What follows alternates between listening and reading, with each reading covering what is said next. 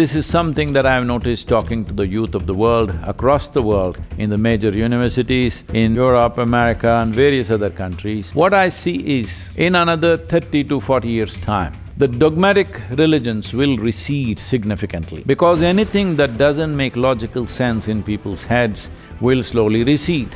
In the Western Europe, nearly 42% of the people say they have no religion. In UK, about 36% of the people are writing in their forms that they have no religion. 32 to 33% of the people in United States are saying no religion. This is simply because selling tickets to heaven and managing people, those times are over.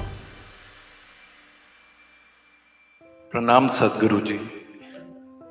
The question I have is related to what everybody knows about, which is we are a rootless community now. Though we've shown resilience over these years, we are doing well, most of us are doing well, but there is a deep-seated despair which continues. Sadhguru, can you please suggest the way forward and how to overcome this trauma? As I said earlier, that our identity, because this is happening everywhere, even if there are no atrocities of this kind, in spite of that, it is happening to all communities around the world.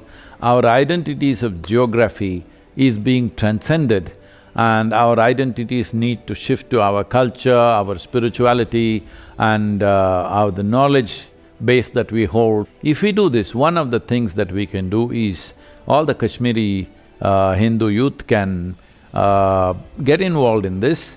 If you want the first one, I will provide you the base and the entire infrastructure is needed for you. If you want to come and do, let's say, a one-day Kashmir day in the south, we will provide you everything that you need, present your literature, present your art, music, everything, and let people come to know and also the stories, but let the stories be of the beauty and the power of Kashmiri culture, not just of the terrible things that have happened. That also need to be said, but it's important that people vibe with you for who you are, not for just what happened, what was done by somebody else to you. What you have done with yourself, which is of significance, it's the land of Kashyap.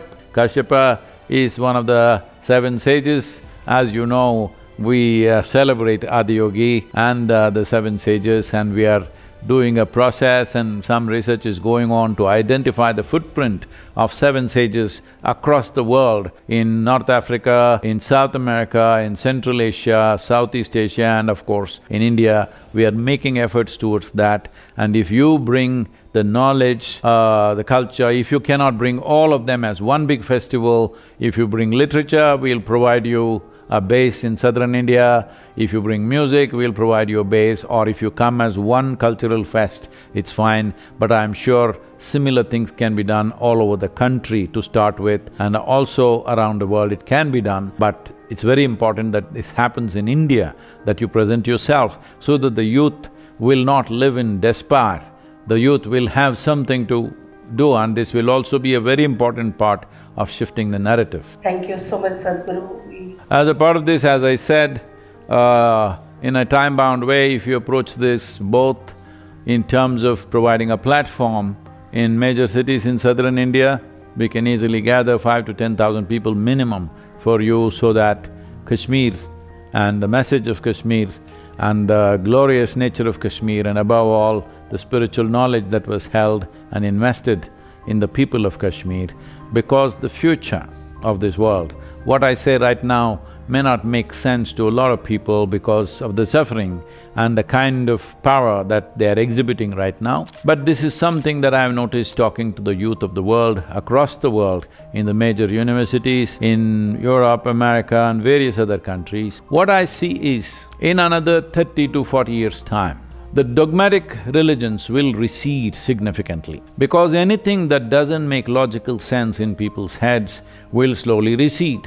Already it's beginning to happen. In Europe, in the Western Europe, nearly 42% of the people say they have no religion. In UK, about 36% of the people are writing in their forms that they have no religion. 32 to 33% of the people in United States are saying no religion. This is simply because selling tickets to heaven and managing people, those times are over. Unless it makes logical sense, people are not going to ascribe to anything. This number will increase to 70 to 80% in 25 to 30 years. We can hasten it, we can make sure that happens in next 10-15 years' time. Essentially, the entire work that I'm doing is about moving people from religion to responsibility. Spiritual process, which is the basis of who we are, which maybe over a period of time is being presented as a religion, but essentially this is a spiritual process for the inner well-being of the human being, where this is about human liberation.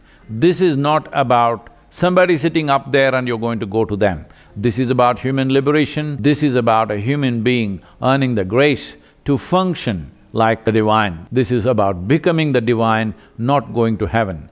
This aspect of attaining liberation to become free from what we are entangled with will become the most important aspect, and this will rise in the next 10 to 15 to 20 years' time. The sooner we do it, the better it is. In that context, you identifying with your knowledge, you identifying with your spirituality, in many ways is the ammunition for the future.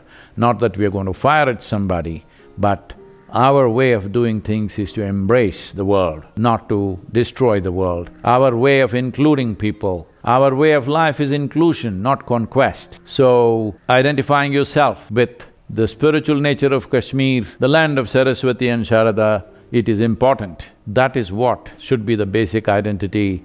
I'm saying this with utmost pain, not the mountains and valleys, the knowledge that you carry, because that is the future. Thank you very much.